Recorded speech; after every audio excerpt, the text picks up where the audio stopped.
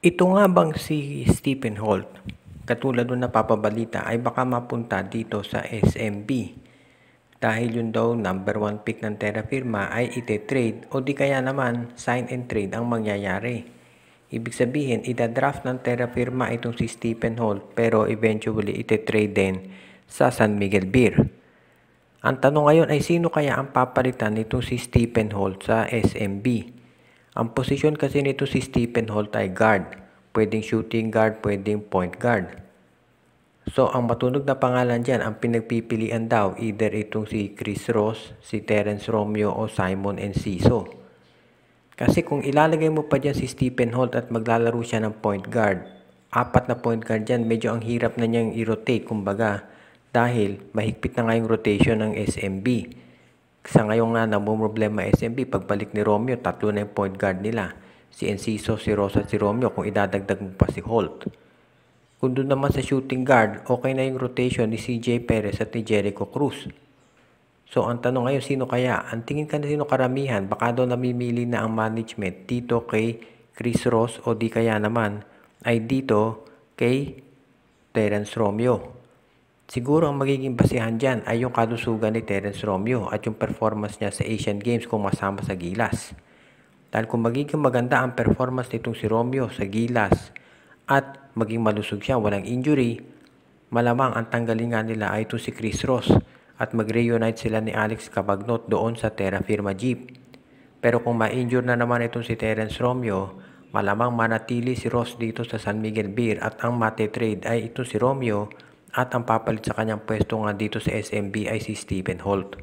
So abangan na lang natin kung anong magiging desisyon ng management, kung sino ang magiging kapalit ni Holt sa lineup. Okay, ito na raw yung pinaplanong 3-team trade na malamang maganap pagkatapos ng PBA draft sa September 17. So kung matutuloy itong trade pagkatapos na ng PBA draft.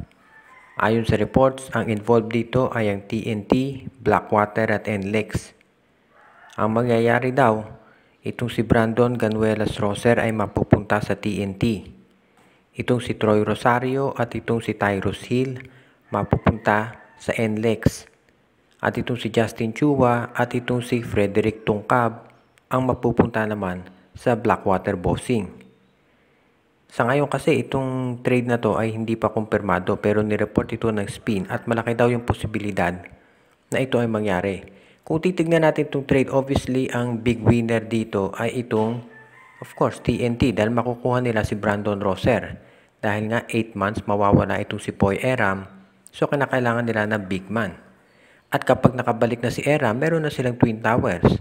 Meron kang Roser, meron kang Eram, meron ka pang Kelly Williams na backup. Samantala naman sa NLEX, makukuha daw nila ito si Troy Rosario at si Tyrus Hill. Si Troy Rosario, okay naman yung nagiging laro niya doon sa PBA on tour. At ito si Tyrus Hill, alam natin, bata pa yan at very athletic. So malaki may itulong yan kung madedevelop siya talaga ni Coach Frankie Lim. Sa Blackwater, parang sila dugi dito dahil makukuha nila ito si Tungkab na rookie at ito si Justin Chua na kagagaling lamang sa isang injury. Siyempre, kahit ipagsama mo pa yung dalawang yan, iba yung skill level, of course, ng isang Brandon Roser o kaya Troy Rosario. Pero ganyan naman talaga yan at alam natin ganyan talaga sitwasyon dito sa Blackwater at Terra Firma so hindi na nakagugulat ito. Ang maliwanag dito, mukhang gagawa talaga ng paraan itong TNT Tropang Giga para makuha si Brandon Roser para lalong mapalakas yung kanilang frontline. Mukhang lalo lumalaki yung posibilidad na baka itong si Bon Pesumal ay hindi na talaga magtagal dito sa Barangay Ginebra. Talang tinitignan natin ngayon, of course, ay itong nalalapit na pagpasok ni Maverick Ahanmisi.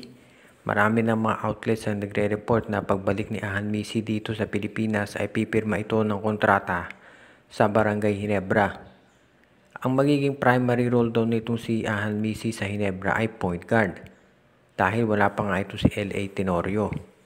Pero meron ding mga nagsasabi na baka itong si Ahanmisi ay gawing shooting guard at kapag ito ay naging shooting guard, lalong mawawala ng playing time itong si Pesumal.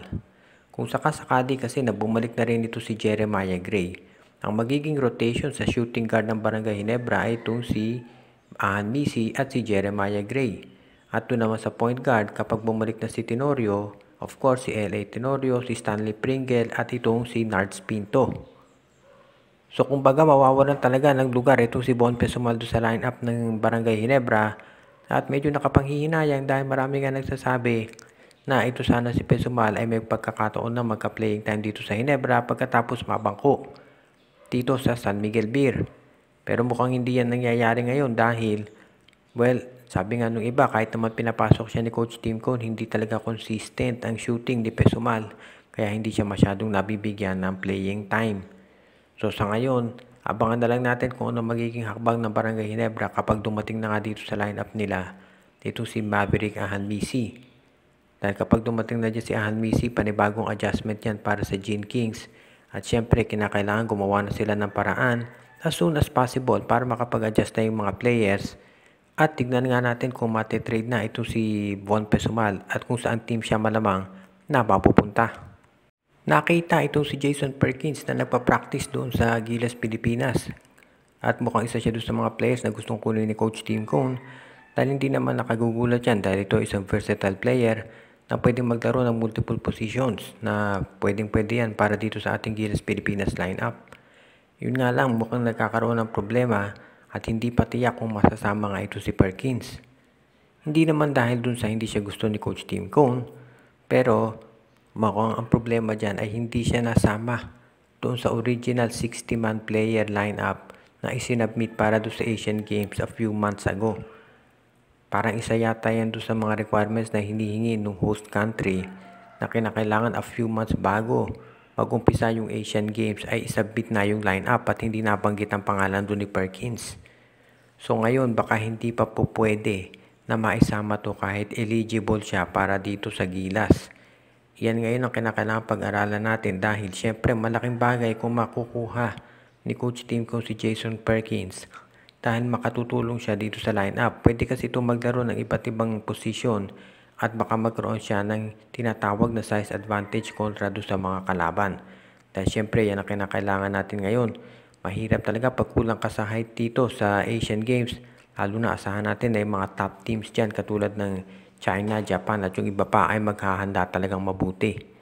So abangan na lang natin at sana papayagan na maglaro ito si Jason Perkins para naman sa susunod na mga araw ay makapag-prepare na talaga at ma-announce na yung full lineup para dito sa Gilas, Pilipinas. Sa ngayon, asahan natin na ito si Coach Tim Cone. Kung sakali na hindi i-approve itong si Jason Perkins, ay magkakaroon pa rin ng pagkakataon na kumuha ng ibang players na mag-fit dun sa lineup at of course ay papayagan dito sa Asian Games. Dahil syempre kinakailangan kahit anong mangyari may backup plan. Shout out kay Laarni Marquez, Michelle Brondial, Jaman Andes family, kay Renato, Marcia, Renren, Junjun, Linlin at Enday Dineros, Josh Pagiray, Espejo at Rosales family, Toto Mamon, Rosemary Ginelo, Margo at Gabriel Uteyang, Dexter Domer, Donel Santiago, John Mark Cantos, Jason Mendoza, Admond de Guzman, kay Enrico at Presi Angsioco, Ronald Barbosidad, kay RG Bueno at Dalina family, Myron Almosa at Balyete family, Enju, Ireneo Salangsang, Judy, Edwina, Shaina, Carl Jaira at Jonah Villarosa, Junicio Mercado, Brian Andres, Oji, Len Gio at Gia Santillana at Tagle family, Joseph Pineda, John Patrick Abrea, Jordan at John Redding Malanta at Sid Maria, Rico Olarte, Kagawad Katsakino Dukusin, at kay Jonel Alagon at Celino Valles family, at kay Reden, Elena, Laila at Bonbon Lansang.